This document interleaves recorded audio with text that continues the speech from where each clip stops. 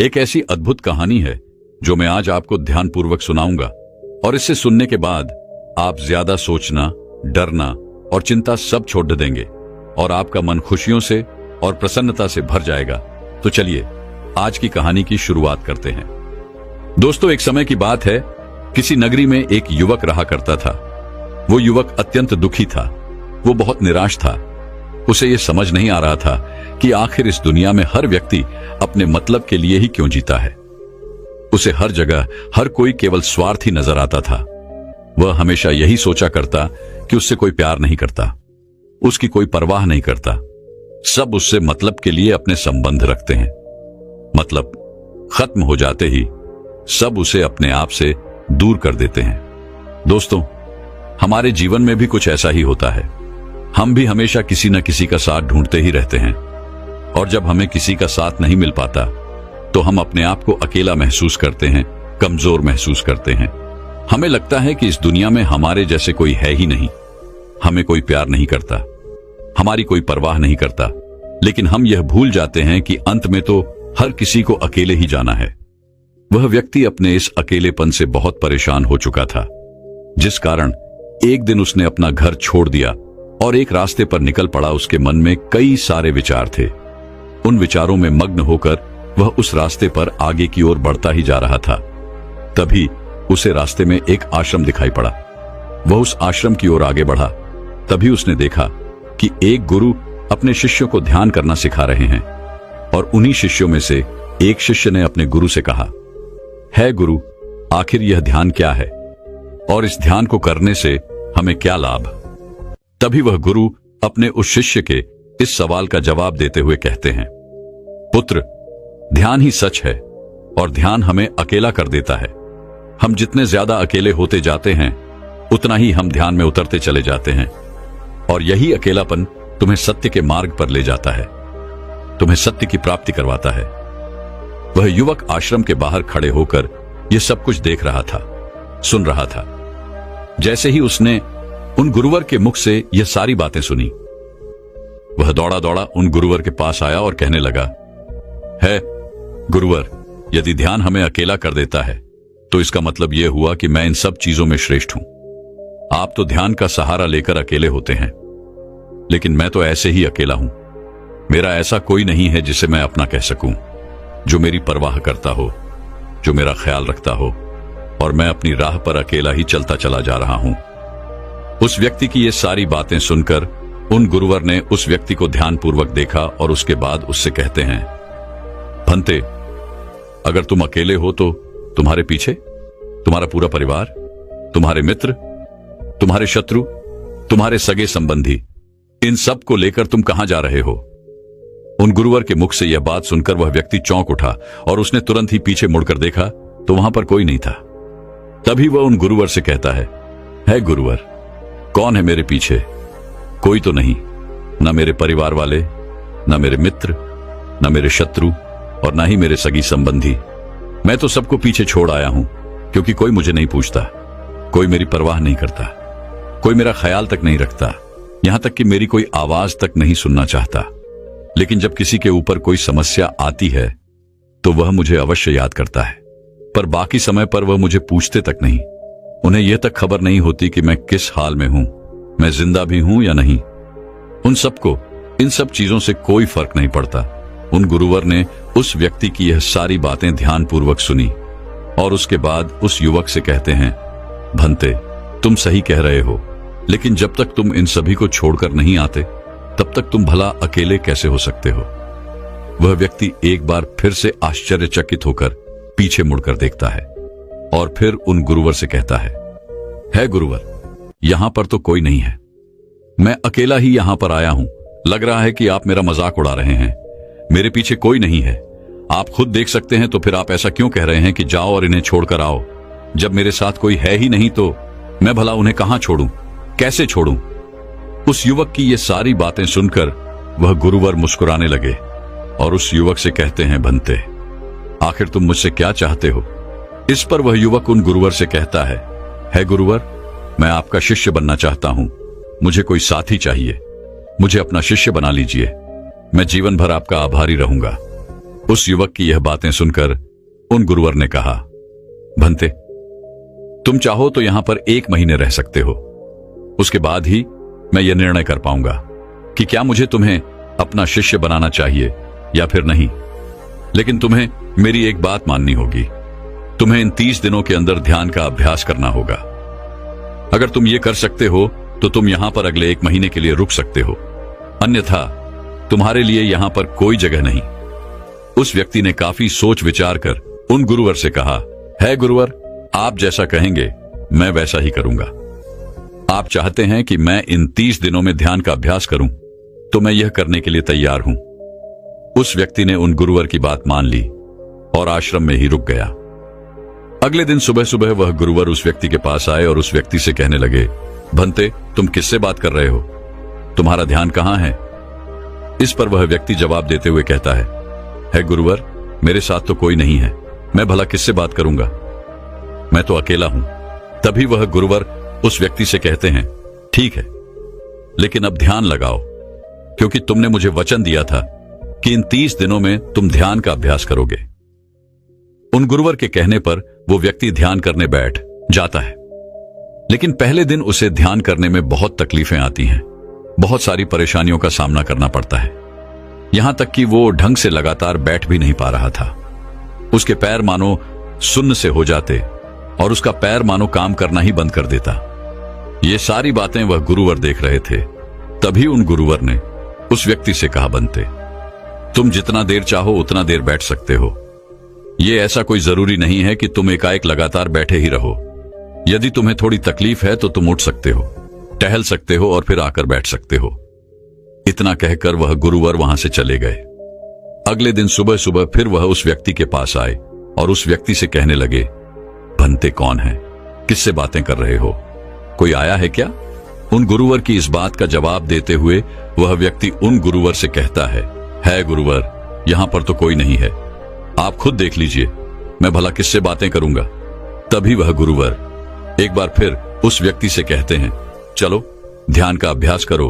तभी वह व्यक्ति उन गुरुवर से कहता है गुरुवर, क्या केवल आंखें बंद करके बैठ जाना, इसे ही ध्यान कहते हैं? अगर इसे ही ध्यान कहते हैं तो यह तो बड़ा ही आसान है और इसे तो कोई भी कर सकता है, केवल आंखें बंद करके बैठना ही तो है। इसका जवाब देते हुए वह गुरुवर उस व्यक्ति से कहते हैं, भंते, केवल आंखें बंद करके बैठ जाना इसे ध्यान नहीं कहते। ध्यान करने के लिए तुम्हें अपने मन को एकाग्र करना होगा, अपने मन को किसी एक चीज पर लगाना होगा। वह कोई भी चीज हो सकती है, बाहर की कोई आवाज या तुम्हारे भीतर से आने वाली ये सांसें, इन सांसों के अंदर और बाहर होने की आवाज। तुम ऐसी किसी भी चीज पर ध्यान लगा सकते हो जो लगातार वर्तमान समय में घट रही है, ताकि तुम्हारा पूरा ध्यान उस चीज पर एकाग्र हो और तुम्हारा ध्यान कहीं भी भटके नहीं, जिस कारण तुम उस पर ध्यान लगा पाओगे। और एक बात और याद रखना, जब तुम उस चीज पर ध्यान लगाओगे तो तुम्हारा ध्यान हटना नहीं चाहिए। इतना कहकर वह गुरुवर वहां से चले गए। अगले दिन जब वह सुबह सुबह एक बार फिर उस व्यक्ति से मिलने आए तो उन्होंने एक बार फिर उस व्यक्ति से कहा, भंते, आज कौन आया है? किससे बातें कर रहे हो? बड़ी जोर जोर से आवाज आ रही है। तुम यहां पर खुद शांति पाने आए हो या फिर दूसरों को अशांत करने के लिए? वह व्यक्ति उन गुरुवर से कहता है गुरुवर, पर यहां पर तो कोई है ही नहीं, तो मैं भला किससे बात करूंगा? यहां तक कि अभी तक मेरे मुख से एक शब्द तक नहीं निकला है, तो फिर आपको कैसे जोर जोर की आवाजें कहां से आ रही हैं? और जब मैंने एक शब्द भी नहीं बोला तो मैं भला दूसरों के लिए अशांति का कारण कैसे बन सकता हूं? तभी वह गुरुवर उस व्यक्ति से कहते हैं, ठीक है, चलो ध्यान का अभ्यास करो। तभी वह व्यक्ति उन गुरुवर से कहता है गुरुवर, मेरा एक प्रश्न है, क्या मैं आपसे पूछ सकता हूं? तभी वह गुरुवर उस व्यक्ति से कहते हैं, पूछो, तुम्हें क्या पूछना है? तभी वह व्यक्ति उन गुरुवर से कहता है गुरुवर, आप कहते हैं किसी भी एक चीज पर ध्यान लगाओ, जो वर्तमान समय में घट रही हो उस पर अपना पूरा ध्यान लगा दो। लेकिन जब मैं अपनी सांसों पर या फिर किसी ऐसी चीज पर ध्यान लगाने का प्रयास करता हूं जो लगातार घट रही है, तो मेरा ध्यान लगातार नहीं रह जाता। मैं पल पल भटकता रहता हूं। कभी मुझे कुछ याद आने लगता है तो कभी मुझे कुछ और याद आने लगता है। वो पुरानी चीजें, वो पुरानी यादें मेरा पीछा नहीं छोड़ती। आपके कल यहां से चले जाने के बाद मैंने ध्यान करने के लिए बहुत प्रयास किया, लेकिन वह पुरानी यादें बार बार मुझे याद आ रही थी, जिस कारण मैं एक चीज पर ध्यान लगा ही नहीं सका। तो अब मुझे क्या करना चाहिए? उस व्यक्ति की यह सारी बातें सुनकर वह गुरु मुस्कुराने लगे और वहां से चले गए। उन गुरुवर की हंसने की वजह उस व्यक्ति को समझ नहीं आई। अगले दिन सुबह सुबह एक बार फिर वह गुरुवर उस व्यक्ति के पास पहुंचे और कहा, भंते, ये तुम क्या कर रहे हो? इतना आलस, चारों ओर आलस ही आलस फैला हुआ है। अपने पास से आलस को भगाओ, अन्यथा यह तुम पर हावी हो जाएगा और फिर तुम हमेशा इसके अधीन बनकर रहोगे। तभी वह व्यक्ति गुरुवर से कहता है गुरुवर, आप तो रोज एक ही बात कहते हैं कि यहां पर कोई है, लेकिन मुझे तो कोई नजर आता ही नहीं। आप ही बताइए, यहां पर कौन है? तभी वह गुरु वह उस व्यक्ति से कहते हैं, ठीक है, चलो अभ्यास के लिए चलते हैं। तभी वह व्यक्ति उन गुरुवर से कहता है गुरुवर, मेरा एक प्रश्न है, आपकी आज्ञा हो तो मैं आपसे पूछना चाहता हूं। है गुरुवर। उस व्यक्ति से कहते हैं, हां, पूछो, क्या प्रश्न है तुम्हारा?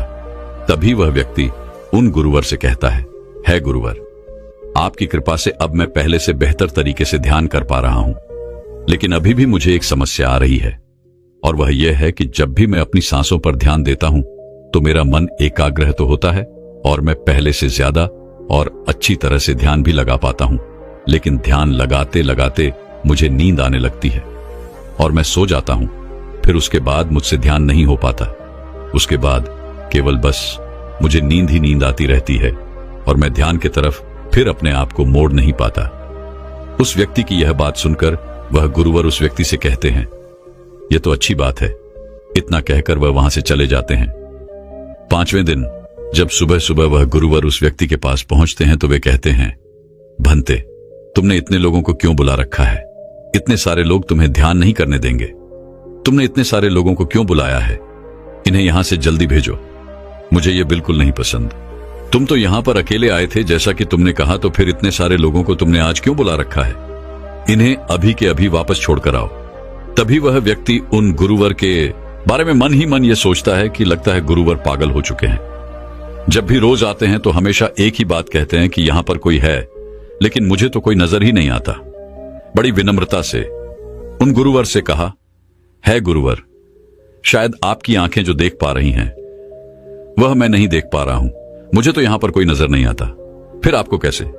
यहां पर लोग ही लोग नजर आ रहे हैं। फिर गुरुवर उस व्यक्ति से कहते हैं, अच्छा ठीक है, चलो अब ध्यान का अभ्यास करते हैं। तभी वह व्यक्ति उन गुरुवर से कहता है गुरुवर, मुझे ध्यान के वक्त नींद आती थी। जैसा कि मैंने आपको बताया था, उस पर तो मैंने नियंत्रण पा लिया, लेकिन अब जब भी मैं ध्यान करने बैठता हूं, किसी एक चीज पर अपना ध्यान केंद्रित करता हूं, तो मेरे मन में विचारों का सैलाब होता है। मानो विचारों की बाढ़ सी आ जाती है। इतने विचार तो आंख खोलकर भी मैंने कभी नहीं देखे होंगे, जितने की आंखें बंद करने के बाद मुझे नजर आते हैं। और इन विचारों में कुछ ऐसे विचार भी मेरे मन में आते हैं जिनके बारे में आज तक मैंने सोचा तक नहीं है। मुझे उनके बारे में कुछ भी नहीं पता। ये सब क्यों हो रहा है गुरुदेव? उन गुरुवर ने उस व्यक्ति की यह बात सुनकर उस व्यक्ति से कहा, अच्छा ऐसा हो रहा है। इतना कहकर वह गुरुवर वापस चले गए। अगले दिन सुबह सुबह वह गुरुवर एक डंडा लेकर उस युवक के पास पहुंचे और एक डंडा जड़ते हुए उस युवक से कहते हैं, मैंने तुम्हें पहले ही कहा है, इतने सारे लोग मुझे पसंद नहीं, तुम्हें इन्हें छोड़कर आना होगा। आखिर तुम रोज रोज इन्हें क्यों ले आते हो? इतनी भीड़ इकट्ठा करके तुम्हें क्या लाभ? आज के बाद यह यहां पर नहीं आने चाहिए। इस बात का ख्याल रखना। यदि आज के बाद यहां पर कोई भी नजर आया और तुम्हारी बक बक मुझे सुनाई पड़ी, तो मैं तुरंत ही तुम्हें इस आश्रम से निकाल दूंगा।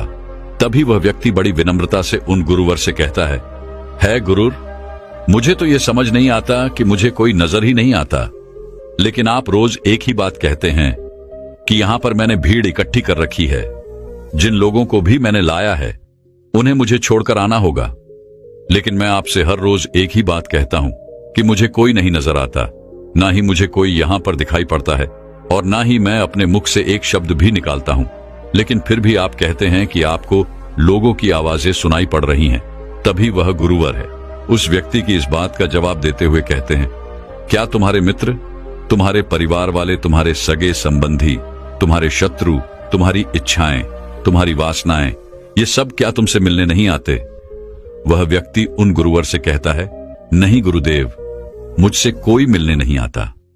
मैं तो यहां पर अकेला ही आया था और अभी भी मैं अकेला ही हूं, मेरा कोई नहीं। तभी वह गुरु व क्रोधित होकर उस झंडे से उस व्यक्ति पर एक और प्रहार करते हैं और कहते हैं, अभी बैठो, अभी ध्यान लगाओ, और यदि तुम्हारे ध्यान में कोई भी आता है तो मुझे बताओ। वह व्यक्ति उन गुरुवर की बात मान लेता है और तुरंत ही ध्यान करने बैठ जाता है। कुछ देर तक तो वह काफी शांत रहता है, लेकिन कुछ देर बाद ही वह उन गुरुवर से कहता है गुरुदेव, मेरा भाई मुझसे मिलने आया है, साथ में मेरे पिताजी भी हैं। दोनों बहुत दुखी हैं क्योंकि मैं उन्हें छोड़कर यहां जो चला आया हूं। मेरे भाई की तबीयत भी कुछ ठीक नहीं लग रही। वह मुझे बुला रहे हैं। मेरे बड़े भाई की पत्नी अर्थात मेरे भाभी मेरे बड़े भाई के साथ अच्छा व्यवहार नहीं कर रही, और तो और मेरी प्रेमिका भी आई हुई है। वह मुझसे पूछ रही है कि क्या तुम मुझसे शादी करोगे या फिर मैं किसी और से शादी कर लूं। वह भी बहुत दुखी नजर आ रही है। और इतना ही नहीं, मेरे कुछ मित्र भी पीछे खड़े हैं जिनसे मैंने कुछ कर्जे लिए थे। आज वो मुझसे अपना कर्जा मांगने आए हैं, मुझे धोखेबाज कह रहे हैं, मुझे अपशब्द बोल रहे हैं, और वो साथ में मेरे कुछ शत्रुओं को भी लाए हैं। लेकिन मेरे शत्रु मुझे मारना नहीं चाहते। वह तो यह कह रहे हैं कि तू तो पहले से ही मरा हुआ है, तुझे और क्या मारना। इतना कहकर वह व्यक्ति कुछ देर के लिए शांत हो गया, लेकिन उसी के बाद फिर कुछ देर बाद वह एक बार फिर से उन गुरुवर से कहने लगा है, गुरुवर, अब मेरे पास एक बहुत बड़ा घर है, इसे मैंने खरीद लिया है। मैं, मेरे पिता, मेरी माता, मेरा भाई, मेरी भाभी सभी इसमें बहुत मिलजुल के रह रहे हैं। हम बहुत खुश हैं। मैं अब अपने मित्रों से अत्यधिक अमीर हूं। मेरे पास बेशुमार धन दौलत है, और तो और मैंने अपनी प्रेमिका से शादी भी कर ली है और इसका जश्न मना रहे हैं। इतना कहकर वह व्यक्ति एक बार फिर शांत हो गया और फिर कुछ देर बाद और फिर एक बार उन गुरुवर से कहता है गुरुवर, मुझे कोई मारने का प्रयास कर रहा है। लगातार वो मुझ पर प्रहार कर रहा है। मैं उसका चेहरा देखने का प्रयास कर रहा हूं, लेकिन मुझे उसका चेहरा नजर नहीं आ रहा। इतना कहते कहते वह उन गुरुवर से कहता है, गुरुदेव, ये तो आप हैं जो मुझे मार रहे हैं और यह भी कह रहे हैं कि इतनी भीड़ को लेकर क्यों आए हो और इन्हें लेकर कहां जा रहे हो। मेरे साथ तुम्हें अकेले ही चलना होगा। इतना कहकर वह व्यक्ति ध्यान से उठ गया और उनको रुके चरणों में गिर पड़ा और उनसे कहने लगा, है गुरुदेव, आप सही थे। आप जो हमेशा कहते थे कि इस भीड़ को लेकर मैं कहां जा रहा हूं, आप हमेशा यही कहते थे कि इन सबको छोड़ कर आओ, लेकिन मुझे कोई नजर नहीं आता था। लेकिन आज मैंने उन सबको देख लिया जिन्हें मैं अपने साथ लेकर आया था, जिन्हें मैं अपने साथ लेकर घूम रहा था। हर कोई मेरे साथ ही है, मेरे पास है। लेकिन मैं ये सोच रहा था कि आखिर मैं इतना बेचैन क्यों हूं और मेरी बेचैनी की वजह क्या है। उस व्यक्ति की यह सारी बातें उन गुरुवर ने ध्यानपूर्वक सुनी और उसके बाद वो वहां से चुपचाप उठकर चले गए। उसके बाद से वो गुरुवर उसके पास कभी नहीं आए। लेकिन वह व्यक्ति हर रोज ध्यान का अभ्यास कर रहा था और पूरे 1 महीने बाद जब वह उन गुरुवर के पास पहुंचा तो उन गुरुवर से कहने लगा है, गुरुवर, जैसा कि आप कहते थे कि मैं हमेशा अपनी भीड़ को अपने साथ लेकर घूमता हूं, तो आज मैंने उस भीड़ को विदा कर दिया है और अब मैं बिल्कुल अकेला हूं। मेरे साथ कोई नहीं, मेरे साथ आप भी नहीं है, यहां तक कि मैं खुद अपने साथ नहीं हूं। मैं एक परम शांति महसूस कर रहा हूं। अब मुझे ऐसा प्रतीत होता है कि अब मेरे जीवन में कोई समस्या नहीं है, कोई समाधान नहीं है। मैं बहुत हल्का महसूस कर रहा हूं, मैं बहुत अच्छा महसूस कर रहा हूं और इस शांति में जो आनंद है इसका क्या कहना। तभी वह गुरुवर उस व्यक्ति से कहते हैं, भंते, अगर तुम चाहो तो इस अकेलेपन को लेकर तुम अपनी दुनिया में वापस जा सकते हो। अव्याधि, तुम उस संसार में वापस भी लौट जाओ। भले ही लोग तुम्हारे आसपास क्यों न रहे, भले ही पूरी भीड़ तुम्हारे साथ क्यों न रहे, लेकिन फिर भी तुम अकेले ही रहोगे। फिर चाहे वह तुम्हारे रिश्तेदार हो, सगे संबंधी हो, परिवार वाले हों, तुम्हारे मित्र, तुम्हारे शत्रु, तुम्हारी भावनाएं या फिर तुम्हारी प्रेमिका, इन सब के साथ रहकर भी तुम पूर्ण रूप से अकेले ही रहोगे। और इतना ही नहीं, तुम्हारे जीवन में जब भी कोई बुरी परिस्थितियां आएंगी तब भी तुम बिल्कुल अकेले और शांत रहोगे और तुम हर परिस्थितियों का समाधान निकालने में भी अब पूरी तरह सक्षम हो चुके हो। और यदि अब तुम चाहो तो मैं तुम्हें अपना शिष्य बना सकता हूं, क्योंकि हो सकता है तुम्हें यह लग रहा हो कि यह 30 दिन तो पूरे खत्म हो चुके, लेकिन ध्यान का मार्ग अभी शुरू हुआ है। और याद रहे कि अभी तो बहुत कुछ सीखना है, जानना है, लेकिन कुछ रखना नहीं है। यह मार्ग अभी शुरू हो रहा है और यह मार्ग अति लंबा है। और इस मार्ग की शुरुआत शांति से ही होती है। तभी वह व्यक्ति उन गुरुवर को प्रणाम करता है और उनसे कहता है गुरुवर, मैं अपने घर वापस लौटना चाहता हूं, अपने उस संसार में वापस जाना चाहता हूं ताकि मैं अपनी जिम्मेदारियों को निभा सकूं और साथ ही साथ इस मार्ग पर भी आगे बढ़ सकूं। यदि आपकी आज्ञा हो। इतना कहकर वह व्यक्ति शांत हो गया। तभी वह गुरु मुस्कुराने लगे और उस व्यक्ति से कहते हैं, भंते मन शांत हो तो सब हो सकता है। तुम संसार में रहकर भी अकेले रह सकते हो, लेकिन एक बात याद रखना कि हमें सीखना बहुत कुछ है, जानना बहुत कुछ है, लेकिन रखना कुछ भी नहीं। अब तुम जा सकते हो, तुम्हारा कल्याण हो। तो दर्शकों, चलिए अब ज्यादा सोचने के ऊपर अगली कहानी की शुरुआत करते हैं। संपूर्ण मानव जाति एक दौड़ में लगी हुई है, एक ऐसी दौड़ जो कभी पूरी नहीं होती, जो उसके जन्म के साथ शुरू होती है और मरने तक उसका पीछा नहीं छोड़ती। लेकिन क्या कभी आपने ध्यान दिया है कि यह दौड़ किस चीज की है? जरा ठहरकर खुद से पूछिए कि आप किसके पीछे दौड़ रहे हैं और वास्तव में क्या यह दौड़ कभी पूरी हो सकती है? जिन भौतिक सुख सुविधाओं को इकट्ठे करने में इंसान लगा रहता है, क्या वास्तव में वो भौतिक सुख सुविधाएं उसे शांति या फिर आनंद प्रदान कर सकती है? सिकंदर ने मरने से पहले अपने सभी मंत्रियों को कहा था कि जब मेरी अर्थी उठाई जाए तो मेरा शरीर ढका हुआ नहीं होना चाहिए, मेरी हथेलियां खुली होनी चाहिए, ताकि सारी दुनिया यह देख सके कि जो सिकंदर पूरी दुनिया को जीत सकता था, वो भी अपने साथ कुछ नहीं ले जा सका। उसके हाथ खाली के खाली रह गए। लेकिन जीवन की बागडोर ऐसी होती है कि उसे कभी ठहरने का वक्त ही नहीं मिलता। कभी वह सोच विचार ही नहीं करता कि जीवन का सबसे बड़ा सुख क्या है और इसके विपरीत जीवन का सबसे बड़ा दुख क्या है। सुख सुविधाएं तो बहुत लोग इकट्ठा कर लेते हैं, लेकिन सही मायने में उसका भोग कितने लोग कर पाते हैं? वही भौतिक वस्तुएं जो उसने अपने आनंद, अपनी शांति के लिए संग्रहित की थी, वही सुख सुविधाएं उसके दुख का कारण बन जाती हैं। जब पैसा नहीं कमाया था तो पैसा ना होने का दुख था, और जब पैसा कमा लिया तो वही पैसा उसके बच्चों के लिए या उसके लिए झगड़े का कारण बन जाता है। तो फिर कैसे सुख सुविधाएं, किन चीजों के पीछे आप भाग रहे हो? आज की जो कहानी मैं आप लोगों को सुनाने वाला हूं, उसमें आपको जीवन का सबसे बड़ा दुख और सबसे बड़ा सुख पता चलेगा। इससे पहले कि आप इस कहानी में खो जाएं, इस चैनल को सब्सक्राइब जरूर कर लें। तो चलिए कहानी शुरू करते हैं। अपनी गरीबी के दिन याद करके सेठ धनानंद की आंखों में आंसू आ गए। आज उसने जीवन में सब कुछ हासिल कर लिया था। सारी सुख सुविधाएं उसके पास थी। घर में नौकर चाकर थे, हजारों लोग उसके नीचे काम करते थे, जो उसकी एक आवाज पर उसके पास खड़े होते थे। लेकिन फिर भी आज सब कुछ हासिल कर लेने के बाद भी वो दुनिया में अपने आप को सबसे गरीब आदमी समझ रहा था। आखिरकार अपनी गरीबी के दिन याद करके उसकी आंखों में आंसू आ गए। उसके पास कुछ नहीं था, लेकिन तब भी वो प्रसन्न रहता था। लेकिन आज सब कुछ होने के बाद भी वो प्रसन्न नहीं था। और दुनिया में वही आदमी सबसे गरीब होता है जो सब कुछ होते हुए भी अकेला महसूस करता है। उसे एहसास होने लगा था कि धन संपदा या भौतिक सुख सुविधाएं उसके मन की पूर्ति नहीं कर सकती। लेकिन अब तो बहुत देर हो चुकी थी। उसका पूरा जीवन बीत चुका था। अब पूरे जीवन की कमाई उसे व्यर्थ लगने लगी। उसे लगने लगा कि उसने जो कुछ कमाया वो सब यूं ही था, व्यर्थ था। ये एहसास उसे जीवन में पहले कभी नहीं हुआ था। काश उसे ये एहसास पहले हो गया होता तो वह ठहर जाता, रुक कर चिंतन करता कि जो चीज वह इकट्ठी कर रहा है, क्या वास्तव में वह इकट्ठी करने लायक है? अगर उसे यह बात पहले पता चल गई होती तो वो अपने जीवन में सार्थकता खोजने की कोशिश करता। वो उस रहस्य के बारे में खोज करता जो उसके मन की पूर्ति करता, जो उसका अकेलापन दूर करता, जो उसके जीवन को संपूर्ण बना देता। उसने अपने दोनों बेटों को अपने पास बुलाया और उन्हें जीवन की सीख समझाने की कोशिश करने लगा। सेठ ने अपने बेटों से कहा कि बेटा, मेरे को तो जीवन में कोई बताने वाला नहीं था, सही रास्ता दिखाने वाला कोई था ही नहीं, इसलिए मैं उस रास्ते पर चलता रहा जिसका कोई अंत नहीं था। और आखिर में पहुंचकर मुझे महसूस हुआ कि जितना रास्ता मैं तय करके आया हूं उतना ही रास्ता बाकी और है। शायद मैं गलत रास्ते पर निकल पड़ा था और अब इतना समय नहीं बचा कि मैं नए रास्ते पर फिर से नया सफर शुरू करूं।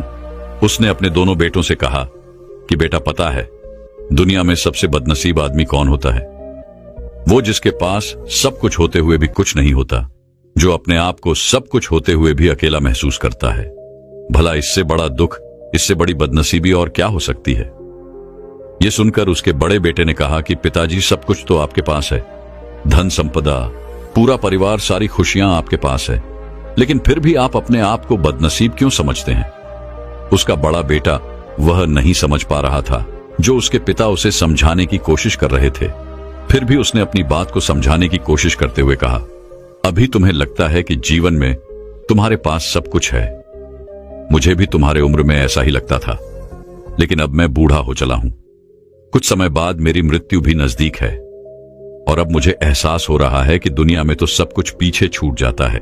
घर, परिवार, रुपया, पैसा, धन संपदा, सब कुछ यही रह जाता है और आखिर में मेरे साथ जाएगा क्या? क्या मैं दुनिया में सबसे अकेला इंसान नहीं हूं? क्या मैं दुनिया का सबसे बदनसीब आदमी नहीं हूं, जिसके पास सब कुछ होते हुए भी वह अपने साथ कुछ भी नहीं ले जा सकता? सेठ के बेटे ने सेठ से सवाल पूछा कि पिताजी, फिर दुनिया में क्या इकट्ठा करना चाहिए? ऐसे तो हर इंसान अकेला ही होता है। कौन इंसान इस दुनिया में भला ऐसा होता है जो अपने साथ इस दुनिया की सुख सुविधाएं या फिर अपना परिवार को साथ लेकर जाता है? सब लोग तो अकेले ही जाते हैं। फिर तो दुनिया में हर एक आदमी बदनसीब ही हुआ। यही सवाल सेठ के मन में भी उठ रहा था, लेकिन उसके खुद के पास इसका कोई जवाब नहीं था, तो वह अपने बेटे को भला इसका क्या उत्तर देता। इसीलिए उसने अपने बेटे से कहा कि बेटा, मैं खुद इस सवाल का जवाब तलाश रहा हूं। अगर एक आदमी के पास सब कुछ होते हुए भी वह अकेला है, उन भौतिक सुख सुविधाओं का वह भोग नहीं कर पा रहा है, तो वह सबसे बड़ा दुख हुआ। मैं मानता हूं दुनिया का सबसे बड़ा दुख यही है कि आपके पास सब कुछ होते हुए भी आप अकेलापन महसूस करो। लेकिन इसके विपरीत दुनिया का सबसे बड़ा सुख क्या हो सकता है? इस सवाल का जवाब तो मेरे बेटे मुझे भी नहीं पता। इसीलिए मैं यह चाहता हूं कि मेरे मरने से पहले जिस सवाल का जवाब मुझे नहीं मिला, वह जवाब तुम अपने जीवन में ढूंढो। और यकीन मानो, अगर तुमने अपने जीवन में इस सवाल का जवाब ढूंढ लिया तो तुम दुनिया के सबसे सुखी इंसान कहलाओगे। यह कहानी सुनाकर गुरु ने अपने शिष्यों से सवाल पूछा कि दुनिया में सबसे बड़ा सुख क्या होता है? सभी शिष्य ध्यानपूर्वक अपने गुरु की यह कहानी सुन रहे थे। संध्या का समय था। धीमी धीमी हवा चल रही थी, जिससे कि पेड़ की पत्तियां हिल रही थीं। आसमान में पक्षी सहचा रहे थे। सूर्य अस्त होने को आया था और सभी शिष्य अपने गुरु से इस सवाल का जवाब जानना चाहते थे। लेकिन इससे पहले ही गुरु ने अपने शिष्यों से सवाल पूछ लिया। इसका उत्तर देते हुए एक शिष्य ने कहा कि गुरुदेव, दुनिया में सबसे सुखी इंसान वही है जिसका शरीर सुखी है। अगर आपके शरीर में बीमारियां हैं तो आपके पास कितनी भी भौतिक सुख सुविधाएं हों, आपके लिए वो व्यर्थ है। और इसके विपरीत अगर आपका शरीर सुखी है, अगर आपका शरीर स्वस्थ है, तो चाहे आपके पास कुछ भी नहीं हो, लेकिन उसके बावजूद आप अपने जीवन में सुखी रहोगे। इसीलिए संसार का सबसे बड़ा धन हमारा शरीर होता है। यह सुनकर दूसरे शिष्य ने उसका विरोध करते हुए कहा कि गुरुदेव, दुनिया में बहुत से लोग ऐसे हैं जिनका शरीर एकदम स्वस्थ है, लेकिन बावजूद इसके वो अपने जीवन में सुखी नहीं है। मैं मानता हूं कि जीवन में सबसे ज्यादा सुखी वही इंसान है जिसका मन सुखी है। गुरु ने अपने इस शिष्य से सवाल किया कि अच्छा ये बताओ कि मन को सुखी किस प्रकार किया जा सकता है। इसका जवाब देते हुए उस शिष्य ने कहा कि गुरुदेव, मन कभी भी संतुष्ट नहीं होता है। अगर हम किसी प्रकार मन को संतुष्ट करना सीख लें तो फिर हम किसी भी परिस्थिति में आनंद और शांति से रह सकते हैं। लेकिन समस्या यही होती है कि मन का भला कभी होता ही नहीं है। मन को चाहे कितना भी खिला दो, लेकिन उसकी भूख कभी पूरी नहीं होती। चाहे उसको कितना ही धन दे दो, लेकिन बावजूद इसके इसका लालच बढ़ता ही जाता है। अब गुरु ने सभी शिष्यों को समझाना शुरू किया। गुरु ने कहा कि अज्ञानतावश मनुष्य कभी यह समझ नहीं पाता कि उसका मन हमेशा से खाली था, लेकिन व्यर्थ की चिंताएं, व्यर्थ के लक्ष्य अपने जीवन में बनाकर उसने अपने मन को बांध लिया। जिस मन की प्रवृत्ति हमेशा खाली रहने की थी, उसने उस मन को कूड़े कचरे से भर लिया। इसीलिए वह मन जो बचपन में हमेशा खाली रहता था, हर चीज में, हर खेल में आनंद ढूंढ लेता था, अकेले में भी आनंद पूर्वक, शांति पूर्वक रहता था। अब वही मन सब कुछ मिल जाने के बाद भी हमेशा दुखी रहता है। लेकिन अगर इंसान सिर्फ वर्तमान में रहना सीख ले, सिर्फ इतना सा होश प्रकट कर ले कि उसे हमेशा वर्तमान में रहना है, ना तो भविष्य की कल्पनाओं में, ना अतीत की यादों में, सिर्फ वर्तमान में, सिर्फ इस एक सूत्र से वो अपने पूरे जीवन को बदल सकता है। वर्तमान में रहकर सभी सूक्ष्म सुविधाओं का भोग करना, पूर्ण होश के साथ, पूर्ण आनंद के साथ हर एक चीज का भोग करना, सिर्फ यही जीवन को सुखी बना सकता है। हम हर चीज को, हर काम को, हर रिश्ते को आधे अधूरे मन से निभाते हैं। जैसे कि खाना खाते समय हमारा दिमाग कहीं रहता है, हमारा शरीर कहीं रहता है, और इसीलिए जब शरीर और मन में दूरी पैदा होती है तो उससे तनाव पैदा होता है। अगर आपका शरीर और आपका मन और मस्तिष्क सभी एक जगह पर संगठित होना सीख लें, तो फिर आप अपने जीवन में उस शांति, उस आनंद का एहसास कर पाएंगे जो बड़े बड़े योगी पहाड़ों में तपस्या करके प्राप्त करते हैं। लेकिन इसके लिए जीवन में ज्ञान के प्रकाश का उदय होना बहुत आवश्यक है, क्योंकि अज्ञानता में आप अपने मन को कभी नहीं समझ पाएंगे। मन को समझना इस दुनिया का सबसे कठिन कार्य होता है। अगर आप अपने मन को जबरदस्ती वर्तमान में खींच कर लाने की कोशिश करेंगे तो आप बहुत जल्दी परेशान हो जाएंगे। ये कार्य बड़े धीरे धीरे, बड़ी निष्ठा और प्रेम के साथ किया जाता है, बड़े संयम के साथ किया जाता है। अगर आप इसको जबरदस्ती करने की कोशिश करेंगे तो आप तनाव में आ जाएंगे, आप बहुत जल्दी हार मान लेंगे। इसलिए कदम कदम पर आगे बढ़ा जाए तब मंजिल सामने ही है। और यह कहकर गुरु ने सभी शिष्यों से कहा कि अब हम ध्यान करेंगे। ध्यान करने से मनुष्य का मन, उसका मस्तिष्क वर्तमान में स्थापित होना सीख जाता है। धीरे धीरे प्रतिदिन ध्यान का अभ्यास करने से वह उस आनंद और शांति का अनुभव कर पाता है जो सांसारिक वस्तुओं में कहीं नहीं मिलता, जो किसी भौतिक सुख सुविधा में नहीं मिलता। और इसके बाद सभी शिष्य अपने गुरु के साथ ध्यान में लीन हो गए। दोस्तों, मैं उम्मीद करता हूं कि यह कहानी सुनने से आपके जीवन में अच्छे बदलाव आए होंगे। आपको इस वीडियो से क्या सीखने मिला, ये कमेंट करके जरूर बताएं, और अपने परिवार, दोस्तों या आपके करीबी इंसान के साथ ये कहानी शेयर करके उन्हें भी इस ज्ञान से परिचित करवाएं। बाकी अगर आपको ये वीडियो दिल से अच्छी लगी हो तभी इस वीडियो को लाइक कर देना, और आपने अब तक इस चैनल को सब्सक्राइब न किया हो तो चैनल को सब्सक्राइब भी जरूर कर देना। आपका हर दिन शुभ हो और खुशियों से आपका जीवन भरा रहे। धन्यवाद।